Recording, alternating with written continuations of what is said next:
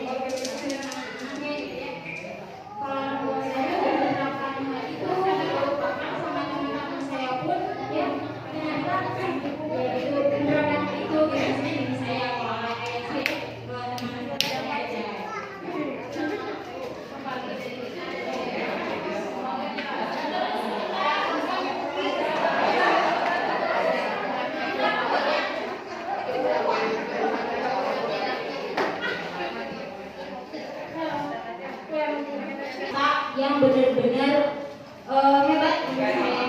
Kata apa aja, kata maaf dan terima kasih ya Ibu ya.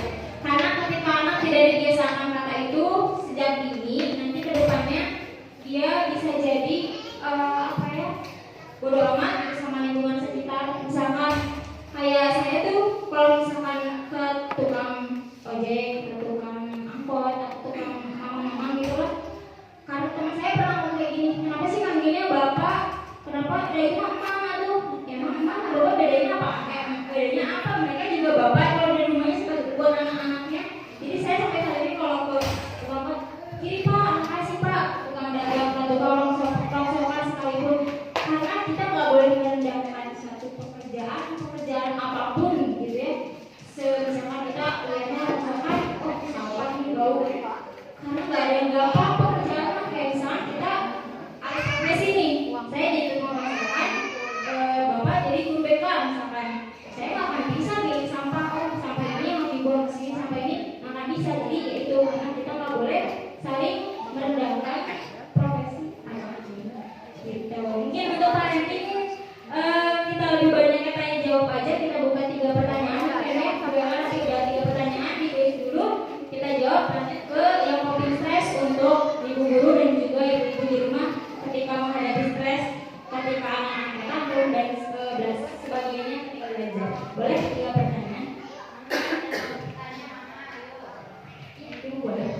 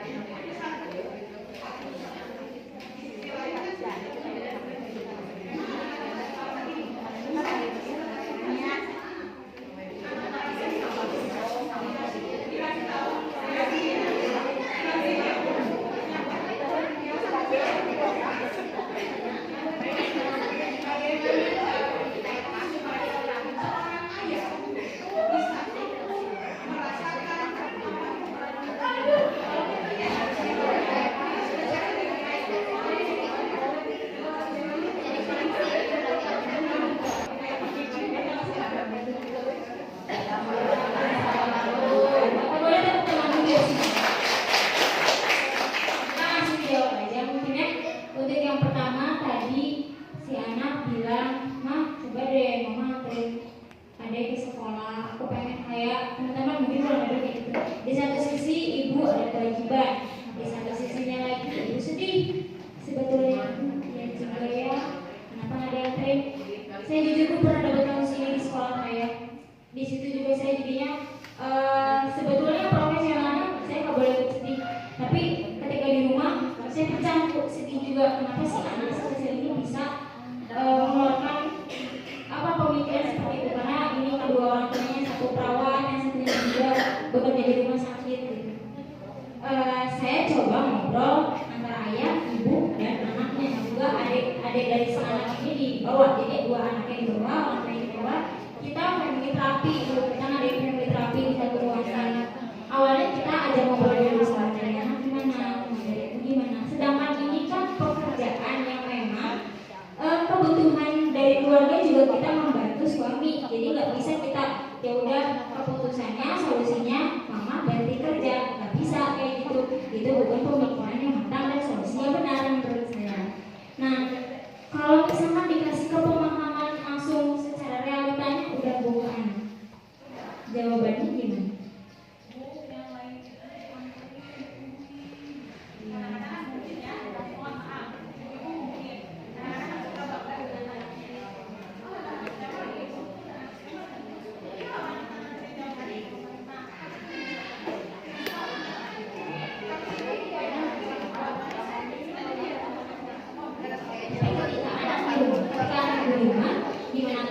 Cara ibu berusaha mendekatkan ketika ibu kerja sama anak pulang sekolah nggak sama seperti ibu yang stay di rumah gitu. Nah, cara ibu rangkul atau sense of belongingnya supaya tumbuh dari anak itu gimana?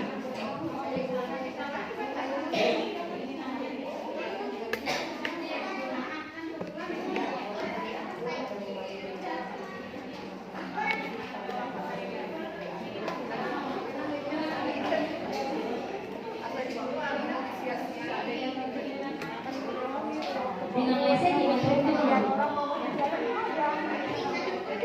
Sebetulnya dengan hal-hal yang kita udah coba antar, kayak liburan dan itu menyempatkan waktu itu juga udah cukup baik. Tapi ketika anak masih memperdebatkan hal itu, berarti masih ada kejanggalan yang ada di hatinya. Mungkin permasalahan utamanya bukan di situ.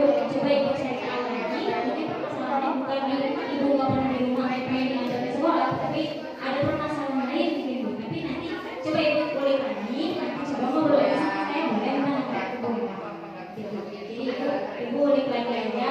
Kalau menurut saya permasalahan utamanya bukan ada yang pengen diajarin ke sekolah dan bukan itu sibuk terus. Mungkin ada permasalahan lain, tapi dia nggak berani buat stres gitu dan terus yang kedua tadi katanya gimana sih peran ayah tuh supaya dia ngerasain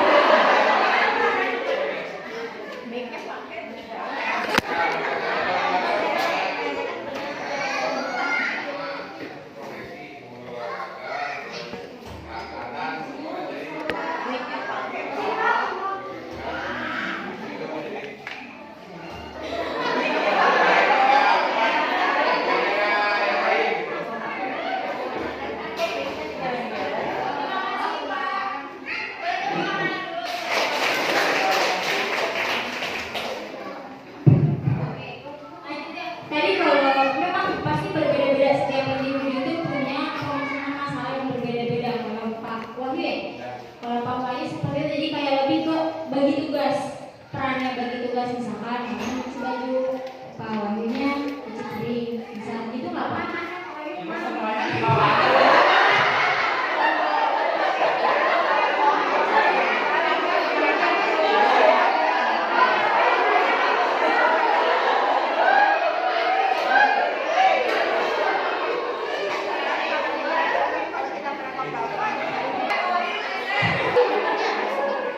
Saya istri berarti Pak Wahyu ya.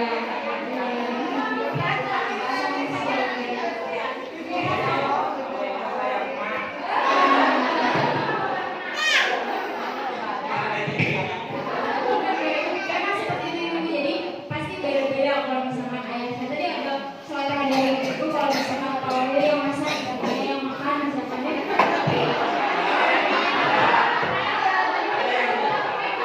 Tapi kadang ayah saya juga kayak gitu, ibu-ibu. Kayak misalkan udah malam nih jam 1, tiba-tiba saya bilang, Pi, apa, kita bikin nasi goreng yuk. Nah, ketika kita bikin nasi goreng, saya nanya lagi, Pi, kenapa sih kakak Pipi yang masak? Sendiri kita udah tidur, udah capek seharian. Bukan saya bukan istri, bukan. Kalau lagi goreng kadang lawan, dia juga sebenarnya sama, cuma perlakuan dia tuh memang halus gitu. Jadi apa yang saya rasain, karena saya juga bilang kalau misalkan kenapa ya ayah saya ketika saya masuk ke keluarga lain, misalkan kadang ada culture shocknya gitu, kayak ya kamu kayak gini, dalam hati kayak kenapa sih ya kamu gini ibu kamu teh. Nah jadi emang berbeda-beda, cuma mungkin kita pernah gak kayak di talk gitu malam-malam sama pasangan kita, aku sukanya ini, aku gak sukanya ini, aku suka kalau misalkan kita gini kayak anak muda kan gitu. Biasanya kan anak muda yang nikah muda itu biasanya menerapkan itu gitu, nilainya terus di talk atau dipakai gitu. Jadi kita tahu apa yang disuka sama pasangan, apa yang tidak disuka dengan pasangan. Jadi sharing aja gitu. Mungkin Mama kalau misalkan belum terjawab, boleh kita lanjut di sesi belakang Mama ya. Mungkin itu untuk pertanyaan yang pertama dari orang pertama. Untuk pertanyaan selanjutnya ada pertanyaan lagi? Ada? Kalau misalkan nggak ada, sambil berjalan kita coba ke coping stress aja ya. Di sini ibu sering rasa stres dari pekerjaan, ekonomi, atau anak, dan lain-lain lagi. Jadi suka stres gitu. Seorang psikolog juga ada psikolog gitu. Kadang saya kuliah sambil berjalan.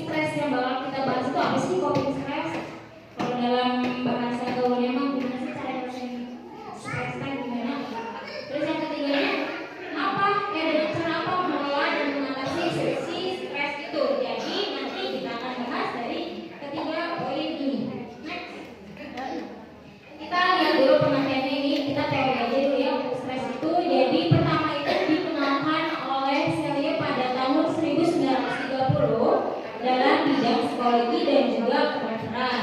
Katanya dia itu mendefinisikan stres sebagai reaksi dari organisme terhadap situasi yang membebani atau mengancam jiwanya. Jadi ketika orang stres tiba-tiba, gak mungkin ada pemicunya. Misalkan kita tiba-tiba stres, saya juga tiba-tiba stres, misalkan gue karena lihat itu yang cantik gitu kan, itu stres juga karena menurut saya mengancam nih, takutnya ada yang nanya yang saya nggak bisa jawab, itu bisa jadi gitu. Jadi pasti ada pemicunya. Oke, next. Nah di sini stresor. Stresor itu apa? Dengan sifatnya itu adalah pemicu atau penjaga, itu pengalaman atau situasi yang penuh dengan tekanan yang dapat menimbulkan stres. Contohnya pekerjaan, kebisingan, kayak gandeng. Orang-orang yang rumahnya di jalan raya atau di perkotaan biasanya lebih mudah emosinya lebih meledak-ledak ya di perkotaan daripada di pedesaan. Terus duka, ketika kita punya duka dan kehilangan itu kehilangan sosok dengan kata lain kematian, itu pasti memicu stres juga. Kemiskinan atau ekonomi ini pasti yang lebih sering ya stres karena masak lagi si bapak belum masuk. Terus ada ketidakberdayaan. Ketidakberdayaan itu seperti ini, misalnya aku tuh punya masalah dengan si ini, tapi aku aku mau ini juga karena sama dianya keburu disepak ulang. Terus kesenjangan sosial juga itu kita berpengaruh status sosial rendah. Ketika kita bergabung dengan circle kita, misal kita dulunya ada di status sosial yang memang menengah ke atas, ketika kita sedang maksudnya sedang turun, kita berusaha tetap ada di circle itu dengan cara kita memaksakan ini, padahal kita memaksakan itu ada stres sebenarnya.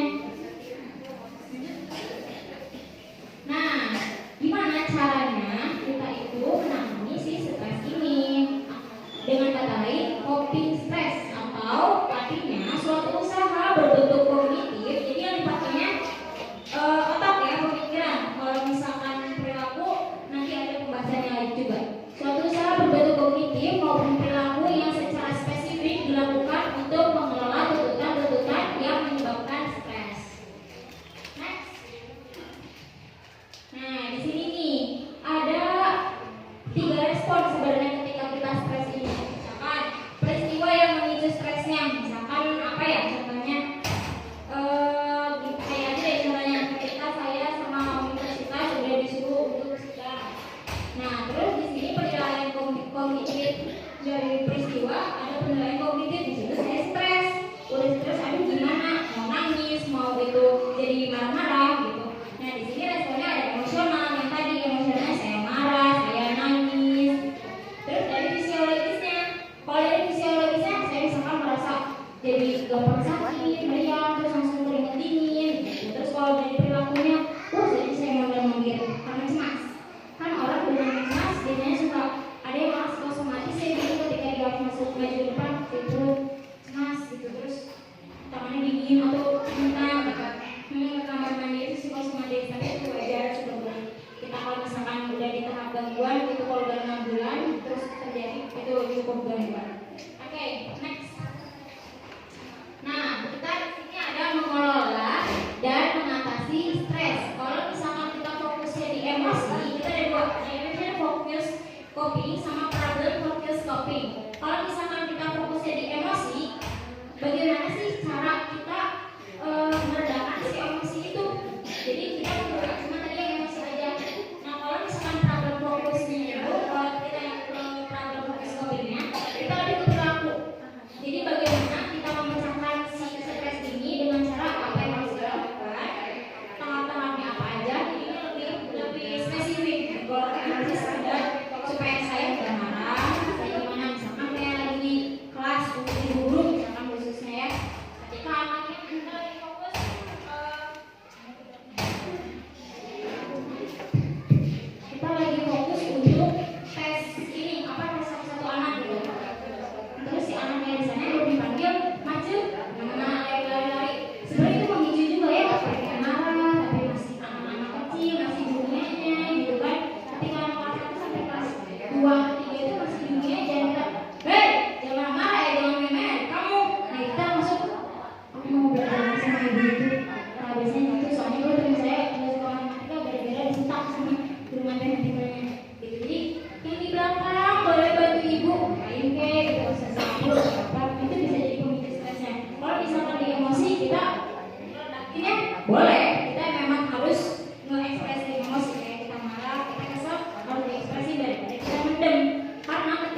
tipe orang pemendam, kita tumpuk, dalamnya nanti di alam bawah sadar. Ketika kita lagi tidur, pasti jadinya mimpinya ngelindurnya tentang marah atau mimpi ngelindurnya tentang apa, nanti jadinya gangguan tidur panjangannya. Tapi kalau misalkan kita fokusnya ke bagaimana cara mengatasi si stres itu, apakah kita keluar dulu sebentar, tarik udara segar sebentar, balik lagi, handle anak-anak yang di belakang buat ngerjain apa supaya mereka sibuk dengan pekerjaannya di belakang. Oke. Nah, ini untuk strategi mengatasi stres. Biasanya ibu-ibu sekarang tuh bahasa gaulnya healing ya. Healing. Kalau healing menurut ibu-ibu tuh apa sih? Jalan-jalan ya. Refreshing gitu kan, refreshing bisa ke mall, ke alam, ke mana. Tapi dengan ibu jalan-jalan ke mall, apa masih stres itu maksudnya? Lumayan jelas, tidak jelas ya. Bahkan ketika kita misalkan mau beli dulu ke mall, belanja. Oke, di mall kita merasa happy aja kalau kita belanja gitu, sudah lupa kita. Pas sampai rumah lagi, muncul lagi si stresnya karena bukan stresnya yang kita bentuk, tapi ego kita yang kita penuhi gitu. Jadi karena memang sulit ya untuk mengontrol ego, karena kan di kita ada ego, ngontrol ego itu susah gitu. Makanya caranya itu heal itu nggak harus jalan-jalan, beli ke mall atau apa. Kayak contoh saya tadi bilangnya, tadi psikologi saya ngerasain sadar nggak sadar ketika ibu menggambar itu apa yang diekspresikan dan perasaan ibu di situ. Jadi ketika saya menangani klien, ketika klien mau bicara, saya sudah dengan selembar dengan cat air cat air kita tidak dengan apapun kita bisa membaca orang itu dengan apapun itu memang ada perlunya ya. Maksudnya kita tidak langsung sama menggambar itu namanya alam bawah sadar. Di sini salah satu caranya mendinginkan kepala, terus mengalihkan kembali masalah gimana. Kalau ngomong gitu kadang-kadang kalimat-kalimat yang nggak sadar nyakit gitu ya. Jadi kadang hari kalau suka dibahas lagi sama si pasangan perempuannya, kamu cobain diem di rumah, terus ini ngurus itu cukup nggak? Nah biasanya ini asa digeukeuan. kita butuh dukungan sosial dengan cara apa? Ketika pasangannya lagi stres, kita tanya sama kayak ke anak tadi. Kelihatannya kamu lagi nggak biasa aja, lagi kenapa-napa, emang kenapa? Lagi apa sok atuh cerita? Ada yang mau diceritain? Biasanya orang ada yang suka dengan bertele-tele, tapi ada juga yang langsung kamu lagi punya masalah, sok cerita mau pulang. Tapi ada juga yang gini, cerita yuk, aku lagi punya ini, kita mancing dulu. Terus kita itu lebih banyak emosi negatif daripada positif. Kita lebih mengingat emosi negatif daripada positif. Kenapa coba? Karena menurut ketika kita punya emosi negatif nih ya, kita itu kan lebih nempel di hati sama nempel di otak dibandingkan emosi positif. Coba aja ketika kita nanya ke orang, kamu kelebihannya apa? Nah, teh apa ya? Kelebihannya ketika ditanya kekurangan kamu apa? Banyak ini. Gak sadar sama kelebihannya gitu. Gitu juga sama emosi positif. Ketika misalkan kita dites misalkan kekuatan karakter strength kita 5 teratasnya apa? Oh, misalkan ini. Gak sadar dianya karena sebetulnya memang itu yang dia punya tapi dia nggak sadar. Itu yang sangat miris. Jadi yang saya harapkan di sini ibu-ibu tuh emosi positif dan juga kelebihannya harus disadari karena itu kekuatan dari ibu dan untuk ibu juga sebagai sebagai pengasuh alami untuk anak-anaknya dan juga suaminya karena suami itu memang harus diasuh ya ibu-ibu ya. Anak panggedena mau lebih tua dari kita berapapun juga pasti kita yang lebih dewasa gitu ya kayaknya.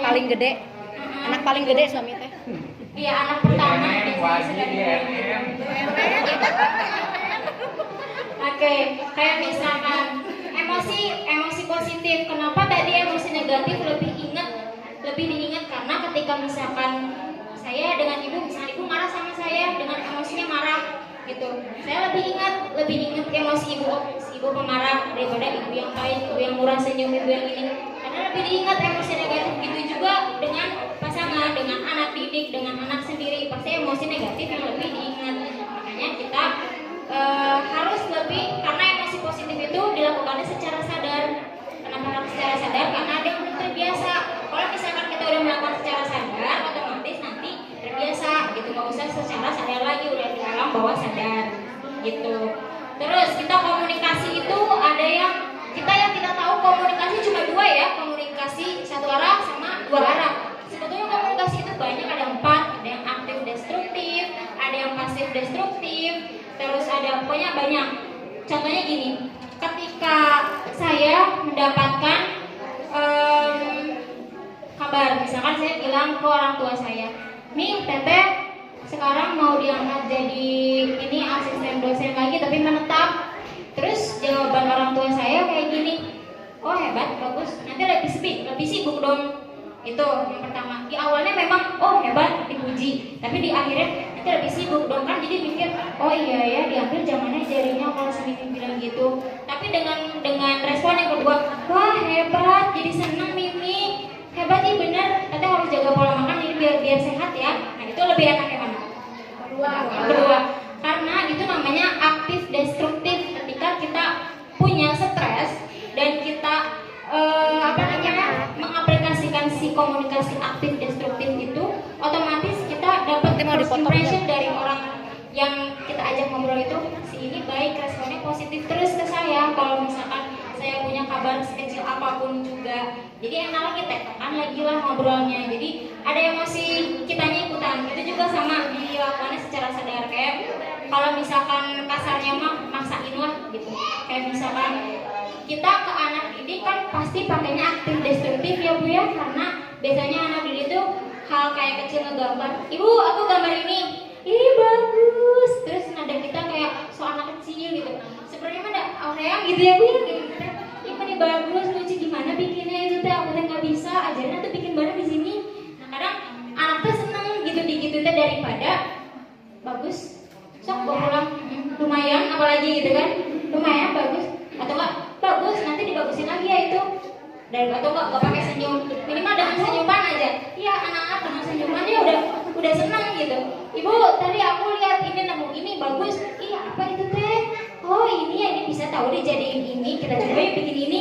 Nah gitu tuh, jadi komunikasinya gitu. Ini kenapa berhubungan dengan stres, karena sebetulnya ketika kita menghadapi anak gitu juga sebenarnya stres ya Bu ya, apalagi yang nggak terbiasa gitu. Kayak saya kan jarak sama adik dekat, nggak punya adik kecil gitu, jadinya kayak nemu anak kecil tuh ya baru ketika saya di SDIT gitu. Jadi kayak pas awal-awal tuh ya Allah, ini anak kecil mending ngomong wae gitu, ini mending segala ini, tapi kesini-sininya kayak yang iya dikit-dikit pamer gitu kan. Anak kecil mah sebenarnya stres, tapi ketika kita mengaplikasikannya, oh iya gini masuk ke dunianya, kita juga jadi kayak lupa stresnya.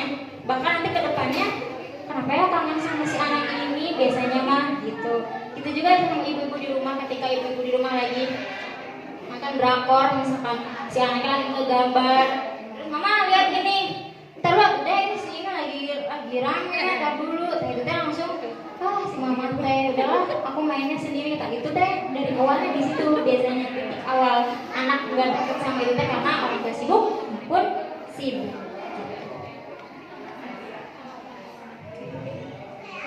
Nih sekarang ada cara mengatasi stres. Tadi kan kita secara fisiknya nih, kayak gimana sih strategi secara fisiknya? Ada yang relaksasi, meditasi, pijat, olahraga. Dengan olahraga, sadar gak sadar, biasanya kita lebih fresh ya. Walaupun berkeringat, caludi, caloi gitu ya, tapi lebih fresh, biasanya lebih happy lagi udahnya gitu. Terus meditasi kayak yoga, terus kita sekedar jalan-jalan ke alam, ke hutan gitu, hirup udara segar, lihat yang hijau-hijau, atau di rumah kayak sambil olahraga, sambil jemur badan, sambil berkebun. Kan berkebun juga olahraga ya Ibu ya, kayak nyangkul gitu. Ya gitu, itu cukup untuk mengalihkan stres kita. Stres itu nggak selamanya negatif kok Ibu, ada stres yang positif juga. Contohnya kayak saya stres karena ditekan sama kampus untuk segera lulus. Misalkan positifnya ya saya harus kejar target supaya sebelum Juni saya udah beres berkasnya. Berorientasi kepada masalah. Di sini yang tadi yang emosi sama problem. Kalau secara kognitifnya, strateginya itu kita menilai kembali masalah, terus belajar dari masalah, dan membuat perbandingan sosial. Kita itu masalah jangan dijadiin beban terus-terusan, tapi kadang dijadiin pembelajaran. Kayak misalnya, dulu saya pernah ngeliat saudara saya ditipu. Terus saudara saya bilang, saya emang gak mau gaul lagi sama orang-orang, takutnya saya kena tipu lagi. Justru jangan kayak gitu. Ketika kamu gak mau gaul lagi, berarti kamu lari dari lingkungannya. Otomatis itu lari dari masalah sebetulnya. Tapi kita harus jadiin itu sebagai pembelajaran. Tipe orang yang mau nipu kita kayak gini. Saya yang terlalu baik. Oh berarti bukan, jangan terlalu percaya sama orang lain. Itu yang kita jadiin pembelajaran. Terus secara sosial tadi udah dukungan teman, keluarga, kelompok dukungan membantu orang lain. Oke, mungkin untuk coping stress dalam menangani anak saat pembelajaran atau secara umumnya hanya segini. Kalau misalnya diskusi, boleh kita buka sesi diskusi lagi untuk 3 penanya kalau ada.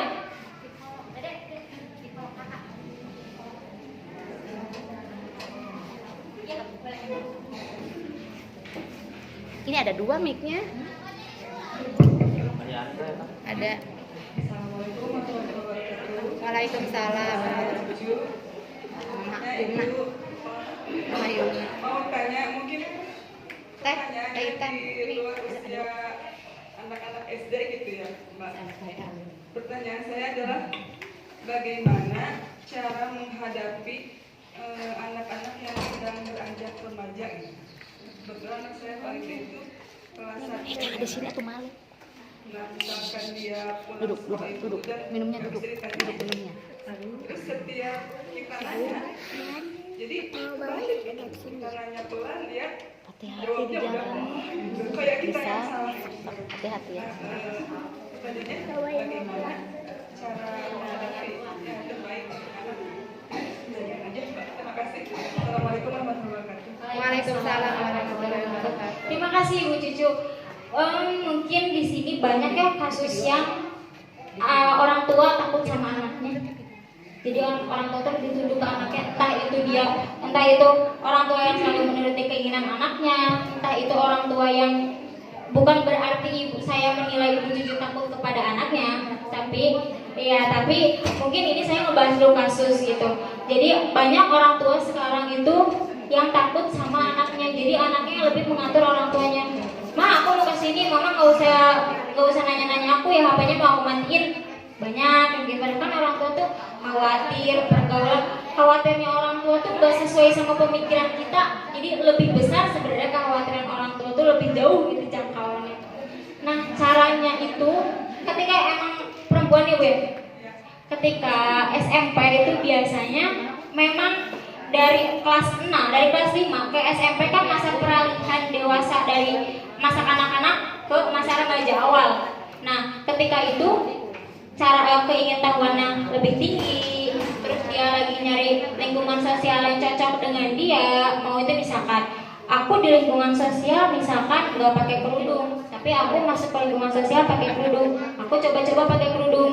Nah ada juga yang aku di rumah keluarga pakai kerudung, tapi kayaknya circle itu yang nggak pakai kerudung lebih asik deh, mau obrolannya, mau itu permainannya, mau itu teman-temannya. Mungkin dia melihat dia punya role model temennya, misalkan si ini nggak pakai kerudung, ngomongnya kasar, mainnya bebas, disukain sama si A.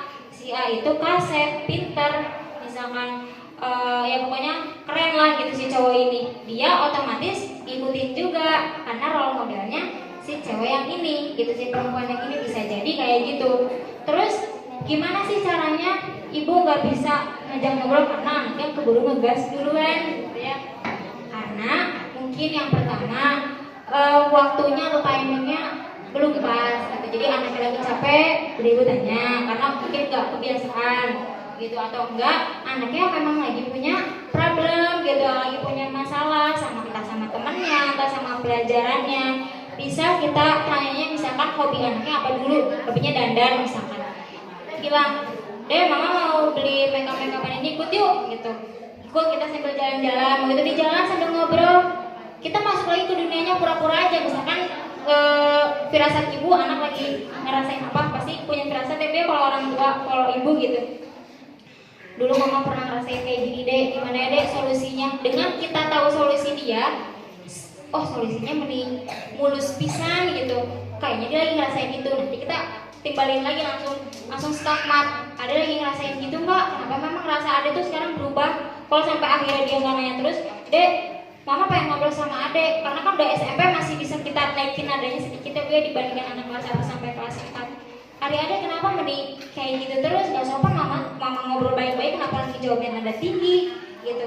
Mama mau ngobrol, coba dikasih sedikit nada tinggi aja coba tuh. Kalau misalkan belum ngaruh, coba kita masuk ke dunianya dengan halus, ngajak main lah atau ngajak ke dia apa, atau bisa nanya ke temennya kalau misalkan sering main ke rumah gitu temen-temennya. Kita bisa mengobservasi dari jauh, misalkan temen lagi pada ngapain, kita observasi, oh permainannya kayak gini, kok gaulnya dengan anak-anak yang kayak gini. Mungkin gitu Bu kalau dari saya. Terima kasih banyak. Makasih. Ada lagi? Oh iya, makasih ya, makasih udah datang. Oke, kalau nggak ada mungkin Bu Ella cukup sekian ya. Udah? Nggak ada lagi Oke, pertanyaan. boleh. Mungkin kalau misalkan ada pertanyaan lanjutan, mungkin di lain kesempatan kita bisa ketemu lagi. Kalau misalkan ketemu saya juga jangan sungkan tegur sapa Ibu. Kalau misalkan ada pertanyaan apapun terkait kecemasan atau gangguan apapun, karena saya juga belum jadi psikolog yang benar-benar pure, masih jadi psikolog muda, boleh chat saya aja, nomornya ada di Bu Ella. Nanti saya balas insya Allah, jadi belum dipungut biaya apapun. Terima kasih atas perhatiannya dan juga waktunya. Senang sekali bertemu dengan ibu-ibu, dan saya juga minta doa dari ibu-ibu semua agar saya cepat lulus. Amin. Wassalamualaikum warahmatullahi wabarakatuh. Waalaikumsalam warahmatullahi wabarakatuh. Ya, tepuk tangan dulu ibu semuanya.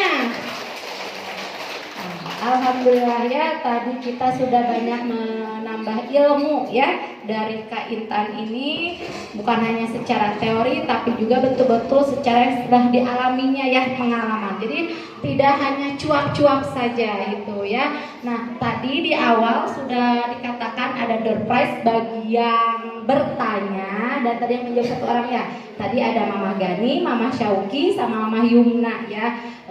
Sebenarnya kalau untuk banyak pertanyaan, banyak sekali pertanyaan. Saking banyaknya saya jadi bingung mau nanya yang mana dulu ya gitu. Karena memang betul ya ketika kita berhadapan dengan orang yang memiliki pengetahuan di bidang psikolog gitu kan, betul-betul sangat, itu suatu kesempatan yang sangat penting ya, yang sangat baik gitu kan.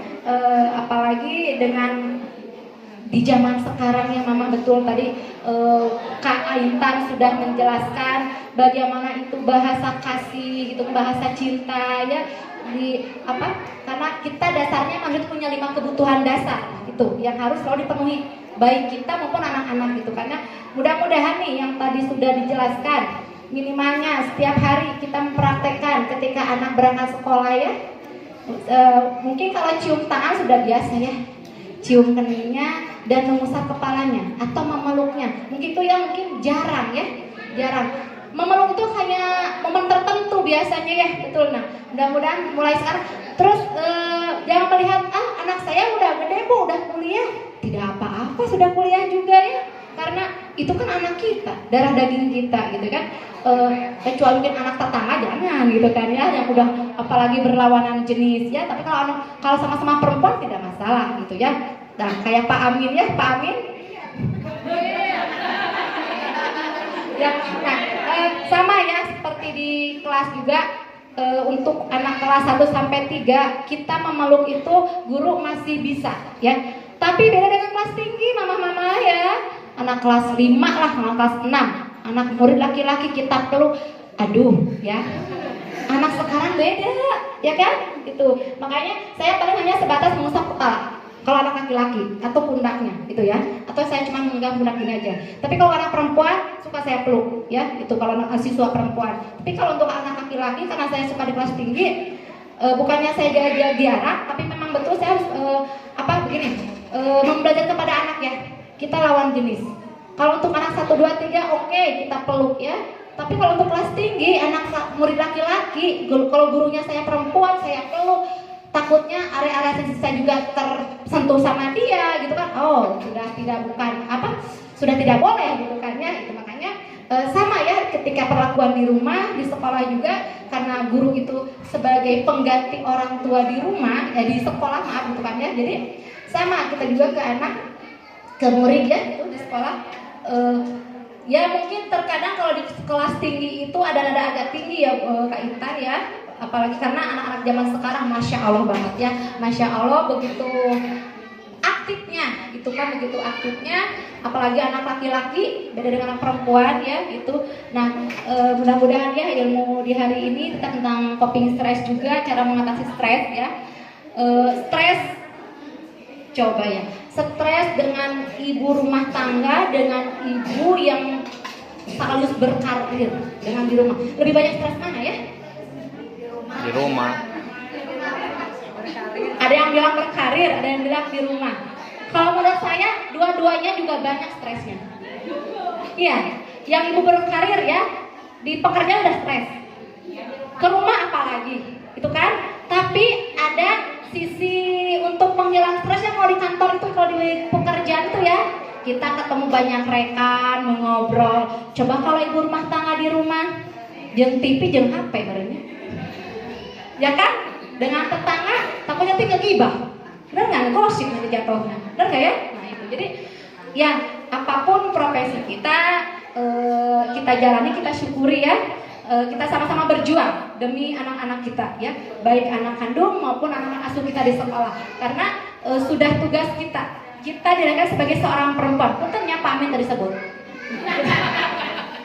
kita sebagai seorang perempuan yang memang terlahir, Allah beri kita suatu kelebihan, yaitu sebuah rahim.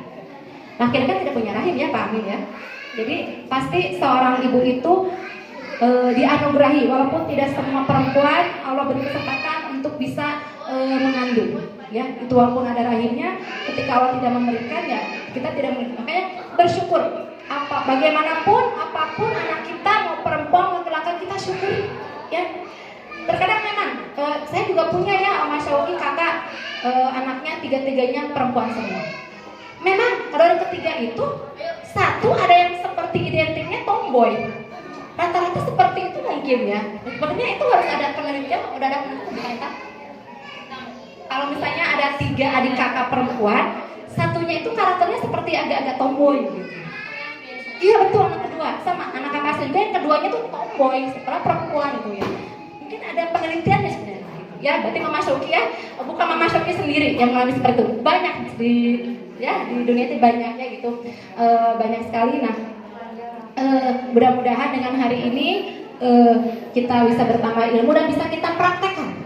Yang utama itu kita implementasikan, kita aplikasikan, kita praktekkan. Manusiawi ya mama-mama, apalagi kita suka kadang-kadang spontan, kesal ke anak. Ketika lagi banyak pikiran, tadi stres ya, anak juga rewel, kadang kita membentak, ya. Padahal menurut penelitian katanya sekian ratusnya mati ya, seperti itu ya. Nah ya dari sekarang yuk kita sama-sama ini mengingatkan diri saya ya, apalagi di sini banyak yang senior, saya tuh banyak menimba ilmu dari mama-mama semua ya.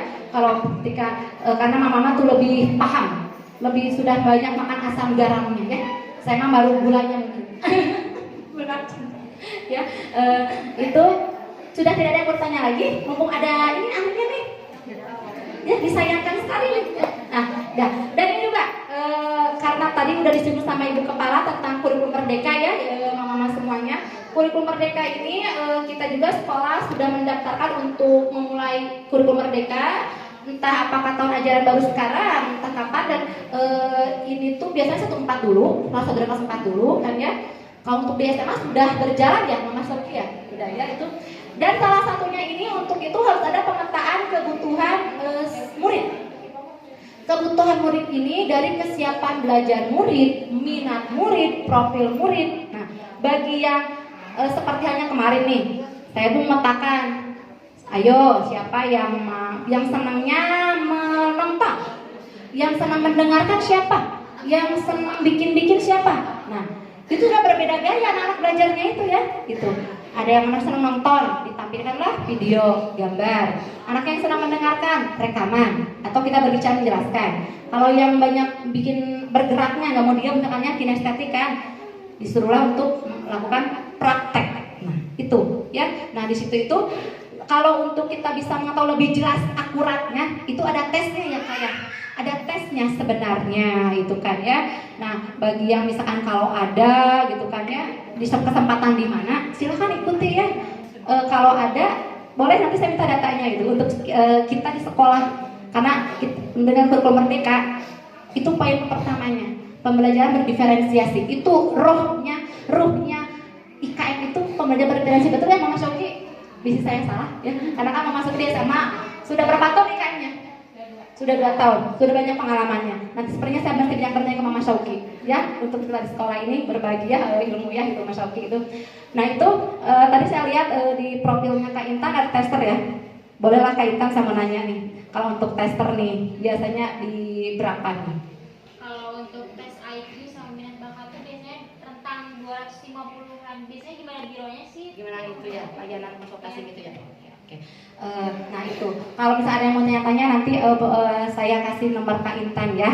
Kayak Mama Shoki bisa mau konsultasi apa silakan. Tadi kata Kak Intan gini, saya itu masih di sekolah muda. Jadi katanya kalau konsultasi masih free ya. Tuh, kesempatan nih Mama ya. Banyak-banyak bertanya kepada Kak Intan sebelum ditanyakan ya. Sebelum nanti ditarusan ya Kak Intan gitu ya. Mumpung karena betul ya, saya juga terkadang ketika anak psikotes, saya punya nomor kontak psikolognya, saya suka konsultasi via WA. Bu, anak saya gini-gini, menurut ibu bagaimana ya? Dan itu free ya, cuma ngeluarin kuota aja, gitu kan ya. Itu alhamdulillah itu kan ketika dulu juga anak saya tuh mengalami anak 6 tahunnya belum, di TK udah 3 tahun, ya. Saya bingung nih, ke TK lagi atau ke SD? Ya saya nanya konsultasi ke psikolog lewat WA. Ibu, saya punya gini, saya ceritakan gini nih. Menurut ibu gimana ya, saya harus gimana? Kata konsultasi, kata psikolog gini, Bunda, udah sekarang stay di TK lagi aja sampai anak usianya 7 tahun. Itu baru matang segalanya, sudah siap. Gitu. Akhirnya anak saya TK-nya 4 tahun. Karena mengikuti anjuran psikolog itu. Nah, betulnya mama untuk nanti ketika di sini ada yang masih kecil anaknya, masih balita, saya harap untuk masuk SD itu mending ambilnya 7 tahunnya. Supaya matang, siap segalanya. Di kelas 5 banyak yang 6 tahun masuk ke SD-nya. Masih muda-muda sekarang. Ada yang baru 10 tahun, kelas 5, udah kelas 5 10 tahun. Tapi ya itu tadi, perkembangan potensi anak tidak maksimal. Anak sebenarnya bisa, tapi karena terlalu muda dulunya masuk ke SD dipaksakan, akhirnya tidak tergali potensinya. Jadi istilahnya tidak ada anak yang bodoh, tidak ada mama, ya. Jadi itu penting bagi kita sebagai seorang ibu yang seharinya memegang anak di rumah tahu, jangan udah 6 tahun, ayo udah berani daftar SD, jangan, ya. Kalau bisa itu 7 tahun. Bahkan di Jakarta itu paling ketat.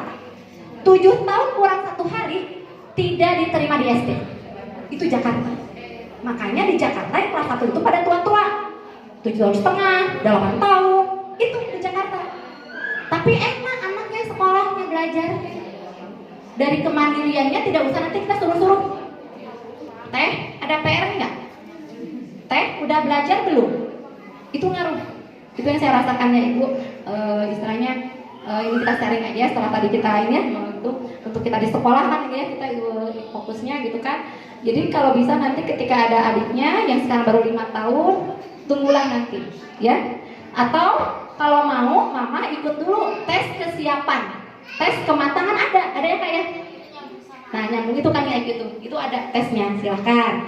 Tapi sebenarnya sih seorang ibu dengan alaminya, nalurinya sudah tahu ini anak saya siap belum sebenarnya, walaupun kita belum akbar ahlinya, tapi firasat seorang ibu bisa tahu kan ya, ini anak gitu kan, dari perilaku itu kelihatan ya, itu.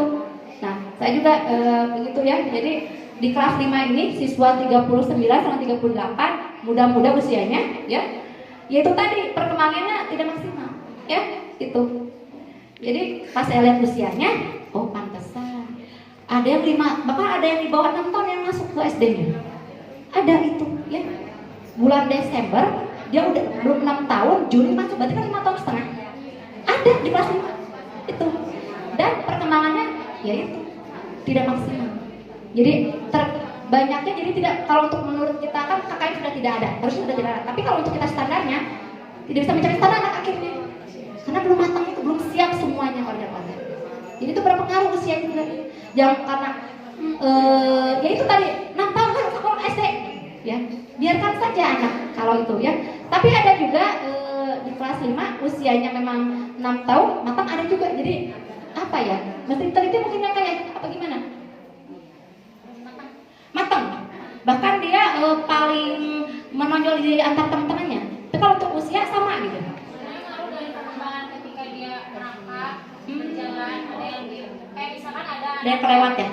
kayak misalnya ada yang huruf P sama B atau Kebalik. Nah itu fasenya ada yang terlewati, misalnya merangkaknya dilewati langsung sendiri. Iya betul, saya pernah baca ya Kak. Ketika anak kita nih lagi usia 7 bulan, 8 bulan merangkakkan ya. Ada yang langsung berdiri, tidak merangkak. Kalau menurut psikolog itu harus diulang ya Kak, betul nggak? Harus diulang, misalkan udah gede nih, umuran saya nih menjelang 40. Dulu tengah rodong, akhirnya tuh udah nggak rendah, betul nggak? Betul nggak? Oh nggak juga? Oh gimana cepet Kak? Kecil kene. Kita sering ya, maksudnya sering ngeliat anak yang huruf P atau D atau yang bentuknya mirip lah itu terbalik gitu, kayak oh sama Ki dia kebalik. Itu biasanya di fase pas merangkaknya terlewati, tapi nggak sedikit orang tua yang bangga, anak saya mah cepet jalannya langsung jalan, nggak ngorondang dulu. Itu justru nggak boleh, makanya kita harus di terapinya ya gimana dengan cara dia merangkak, apa dengan cara kan ada permainan yang gini dia gitu tuh. Nah dengan cara itu biasanya gitu. Kayak saya sekarang sedang menerapi anak yang berkebutuhan khusus gitu. Jadi anak ini maaf autis, dan fase ketika bayinya ada yang terlewati itu cukup melelahkan ibu-ibu, tapi happy-nya sebenarnya kita masya Allah banget, kayak lebih blessing sama kitanya, bersyukurnya dapat gitu. Jadi itu yang memang di terapinya. Jadi ya tahapannya harus ada sesuai sama prosedur lah gitu ya. Iya, kalau udah sekarang ya udah percuma. Ya paling yang dilatihnya kognitifnya aja, bahwa si P sama D itu berbeda gitu. Gitu. Makasih ya Kak, udah selesai lagi tanya lagi ya.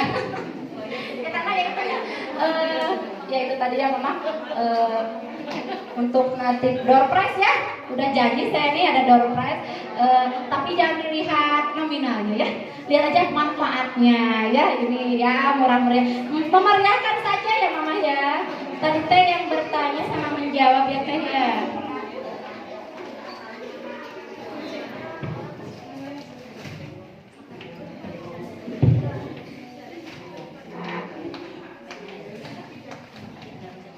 Pertama ya, ayo Mahagani, Bu pada masih dulu Mah. Ayo sama Ibu kepalanya diberikannya nih ya, prize-nya nih ya. Ya, Mahagani ya. Ya, tepuk tangan buat Mahagani ya. Lalu tadi ada Mama Syauki ya, Mama Syauki dari Kak Intan mau ngasih? Boleh? Gantian. Ya. Nanti Bu Haji ya, ngasih ya Bu Haji ya. Ya, tepuk tangan ya. Lalu ada Mama Yumna ya.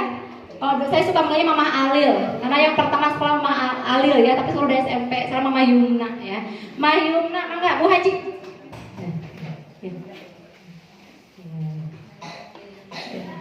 Atur nuhun ya Mama Alil, punya anak balita sempat kesini juga, makasih ya. Sampai ada yang bawa ke Mama siapa tuh sambil bobo anaknya ya, makasih ya.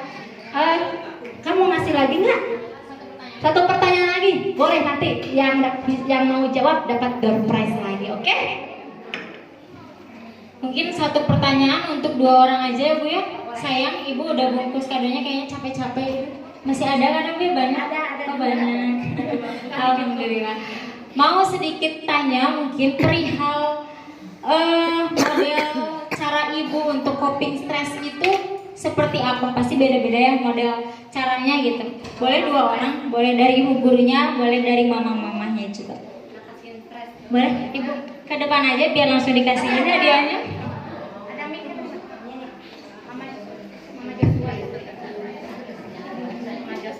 Satu lagi boleh? Iya boleh. 3 orang ibu bisa? Boleh ibu terakhir 3 orang boleh?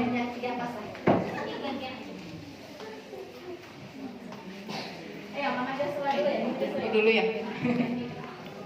Biasanya kalau ada stres, saya biasanya membaca firman.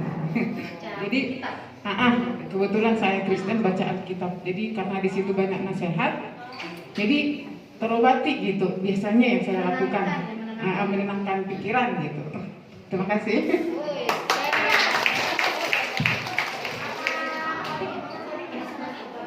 Kalau saya karena hobinya memasak, jadi kalau lagi stres saya senangnya masak.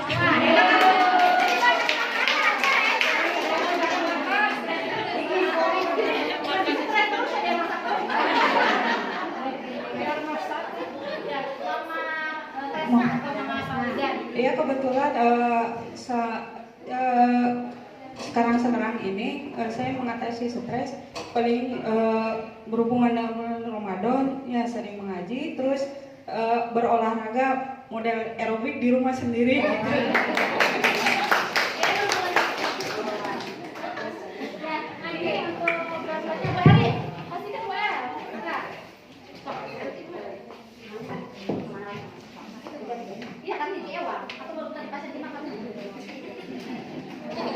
Alhamdulillah ya, tepuk tangan lagi boleh.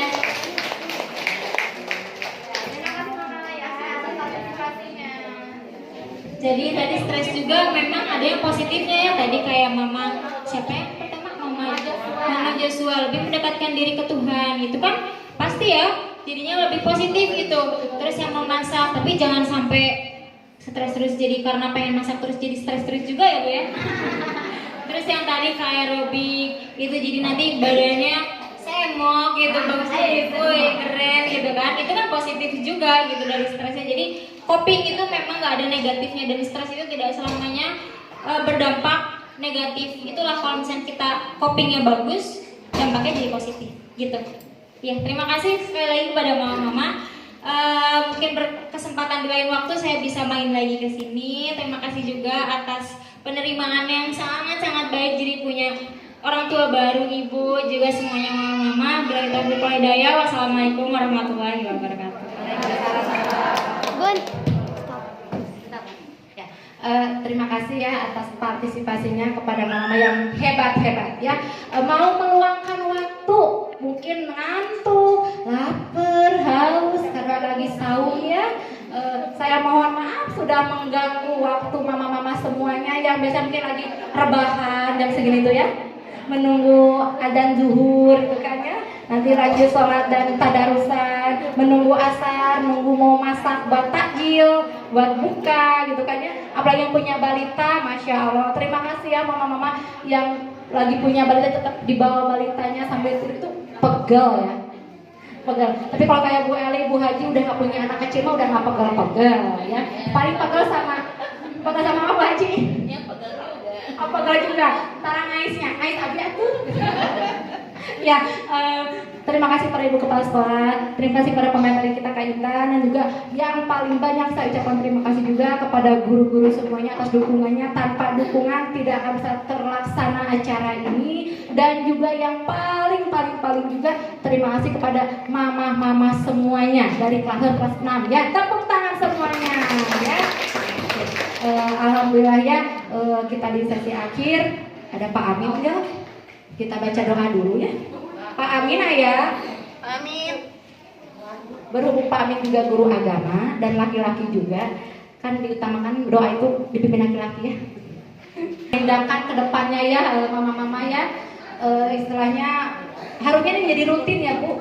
Jadi minimal setahun sekali lah sekolah kita mengadakan adanya parenting ini, karena memang sangat bermanfaat ya mama semuanya gitu kan. Mangga Pak Amin pimpin doa. Udah mau makan ini teh?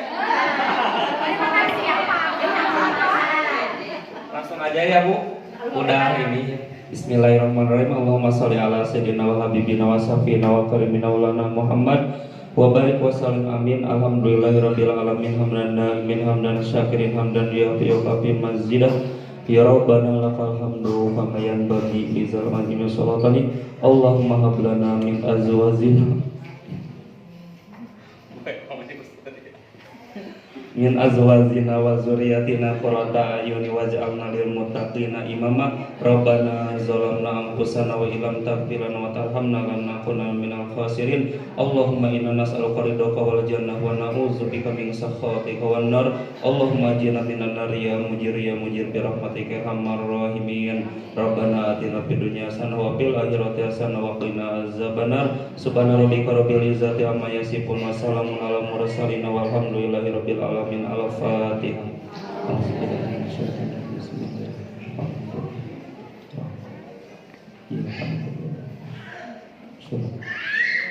Assalamualaikum warahmatullahi wabarakatuh.